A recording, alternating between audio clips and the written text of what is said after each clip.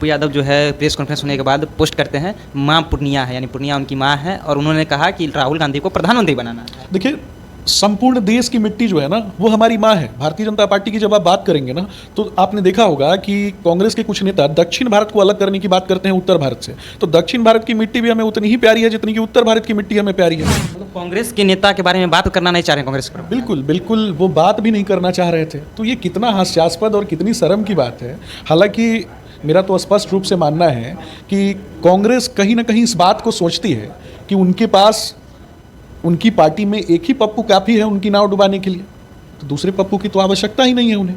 भारत माँ अर्थात ये जो पंच तत्व हैं इनसे हमारा शरीर बना हुआ है। तो भारत माँ चाहे वो कन्याकुमारी में की मिट्टी हमारी माँ है, चाहे पप्पू यादव जी का भी शरीर तो भारत की मिट्टी से ही न बना है। लेकिन जिस प्रकार से भ्रष्टाचारियों की मंडली में जाकर के वो बैठे हुए हैं, जिस प्रकार से उनका मूड स्विंग होता है, जिस प्रकार से उनके साथ इस तरीके का उन्हें लाचार की स्थिति में ला करके खड़ा कर दिया कांग्रेस ने।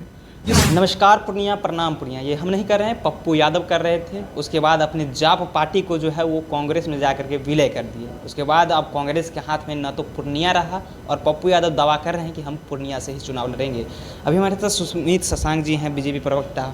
पूर्णिया भी नहीं रहा, पप्पू यादव का पार्टी भी नहीं रहा। देखिए, ये कितना हास्यास्पद है कि एक पार्टी का विलय होता है कांग्रेस में, और विलय करने के पश्चात कल मैं एक विभिन्न चैनलों पर डिबेट में था जहां कांग्रेस के प्रवक्ता जो हैं वो किस प्रकार से पप्पू यादव पे बात करने से भी कतरा रहे थे। मतलब कांग्रेस के नेता के बारे में बात करना नहीं चाह रहे हैं कांग्रेस पर। बिल्कुल बिल्कुल, वो बात भी नहीं करना चाह रहे थे। तो ये कितना हास्यास्पद और कितनी शर्म की बात है।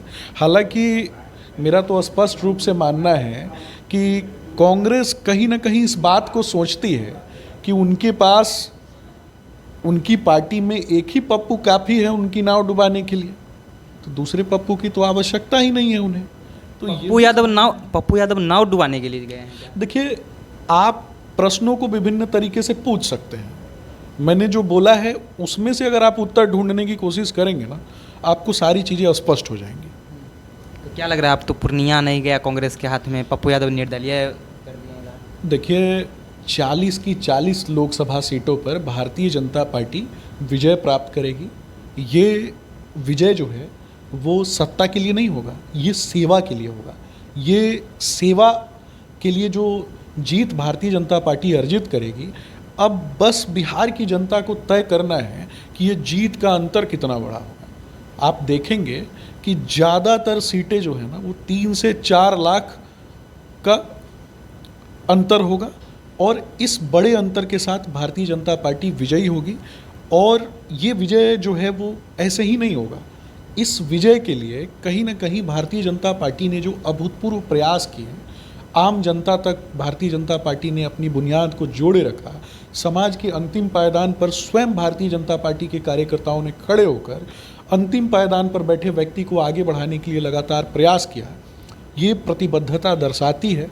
और कहीं ना कहीं कोरोना जैसी वैश्विक महासमस्या में भी आपने देखा होगा, न केवल वैक्सीन की उपलब्धता भारत में हुई, वैक्सीन भारत में बना, भारतीय जनता पार्टी के कार्यकर्ताओं ने जाकर वैक्सीन को लोगों तक पहुंचाने का काम किया।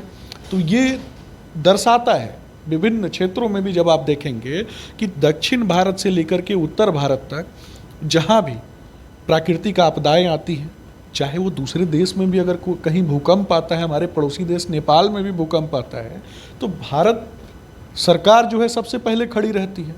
तो ये जो प्रतिबद्धता, ये हमारी नीति वसुधैव कुटुंबकम की नीति और भारत को माँ मानने की प्रतिबद्धता, इसके साथ जब हम आगे बढ़ते हैं ना, तो समाज के अंतिम पायदान पर बैठा हुआ व्यक्ति हमारे साथ खड़ा होता है। पूर्णिया की बात कर ले, पप्पू यादव जो है प्रेस कॉन्फ्रेंस होने के बाद पोस्ट करते हैं माँ पूर्णिया है, यानी पूर्णिया उनकी माँ है, और उन्होंने कहा कि राहुल गांधी को प्रधानमंत्री बनाना है। देखिए, संपूर्ण देश की मिट्टी जो है ना वो हमारी माँ है। भारतीय जनता पार्टी की जब आप बात करेंगे ना तो आपने देखा होगा कि कांग्रेस के कुछ नेता दक्षिण भारत को अलग करने की बात करते हैं उत्तर भारत से। तो दक्षिण भारत की मिट्टी भी हमें उतनी ही प्यारी है जितनी कि उत्तर भारत की मिट्टी हमें प्यारी है। भारत माँ अर्थात ये जो पंच तत्व हैं इनसे हमारा शरीर बना हुआ है। तो भारत माँ चाहे वो कन्याकुमारी में की मिट्टी हमारी माँ है, चाहे पप्पू यादव जी का भी शरीर तो भारत की मिट्टी से ही न बना है। लेकिन जिस प्रकार से भ्रष्टाचारियों की मंडली में जाकर के वो बैठे हुए हैं, जिस प्रकार से उनका मूड स्विंग होता है, जिस प्रकार से उनके साथ इस तरीके का उन्हें लाचार की स्थिति में ला करके खड़ा कर दिया कांग्रेस ने, ये सिर्फ अपने नेता को बचाने का काम करते हैं। कांग्रेस जो है ना, ये इसका जब आप अध्ययन करेंगे ना, ये दूसरी पार्टियों को खाने वाली पार्टी है। और भारतीय जनता पार्टी की जब बात करेंगे ना, हम सबके साथ, सबके विकास, सबकी उन्नति, सबकी तरक्की, परंतु इसमें एक सबसे बड़ी बात जो निहित है वो राष्ट्र का कल्याण। और राष्ट्र का कल्याण कहने का अर्थ आदिवासी क्षेत्र से आने वाले लोगों का कल्याण, माताओं बहनों का कल्याण और उनके दैनिक दिनचर्या में जो प्रयोग होने वाली वस्तुएं हैं उनकी उपलब्धता, उनके सम्मान के साथ साथ इसी प्रतिबद्धता के साथ हम आगे बढ़ते हैं। पप्पू यादव के बारे में हम जब मुख्य प्रवक्ता कांग्रेस से बात कर रहे थे तो उन्होंने कहा कि सक्रिय रूप से जो है वो अभी सदस्यता भी नहीं। ये तो उनकी पार्टी का विषय है ना। कांग्रेस की जब आप बात करेंगे ना, तो कांग्रेस की क्या मानसिकता है आपको ये समझना पड़ेगा। आज कांग्रेस क्यों ऐसे लोगों के साथ और कांग्रेस क्यों विभिन्न दलों के साथ क्यों गठबंधन कर रही है। बाढ़ आने पे आपने देखा होगा ना कि एक पटरी बह रही है, पटरी पर विभिन्न प्रकार के जीव जंतु चढ़ गए हैं और ये सब समय आने पे अपना अपना जहर छोड़ते रहते हैं। तो ये कहीं ना कहीं राष्ट्र को जहरीले तत्वों से पूरी की पूरी तरह से तोड़ने की बात करने वाले लोग हैं। इनके एक नेता आपने देखा होगा कि दिल्ली में JNU में नारे लगते हैं कि भारत तेरे टुकड़े होंगे, इंशाअल्लाह इंशाअल्लाह। तो ऐसे लोग जाकर के वहाँ पे बैठे रहते हैं। भारत माँ को खंडित करने वाले लोग हैं, भारत माँ को तोड़ने की बात करने वाले लोग हैं। एक राघव चड्ढा के बारे में आपको पता ही होगा कि जो जानकारी निकल करके आ रही है कि खालिस्तानियों के साथ जाकर के मीटिंग करते हैं। तो इस प्रकार के जो लोग हैं इनके विषय में क्या बात करना। इनको जवाब जो है वो भारत की यशस्वी जनता देगी। इनके मुंह पर ना भारत की यशस्वी जनता जो है वो राजनीतिक कालिख जो है वो आने वाले समय में पोत के रहेगी। चलिए, भारत की जनता जो है इनको सबक सिखाएगी, ऐसा कहना सुमित शशांक को। फिलहाल इसमें आपकी क्या क्रिया है, अपनी प्रतिक्रिया नीचे कमेंट बॉक्स में रखिएगा। आप देख रहे थे सच टॉक्स, मेरा नाम ऋषि है।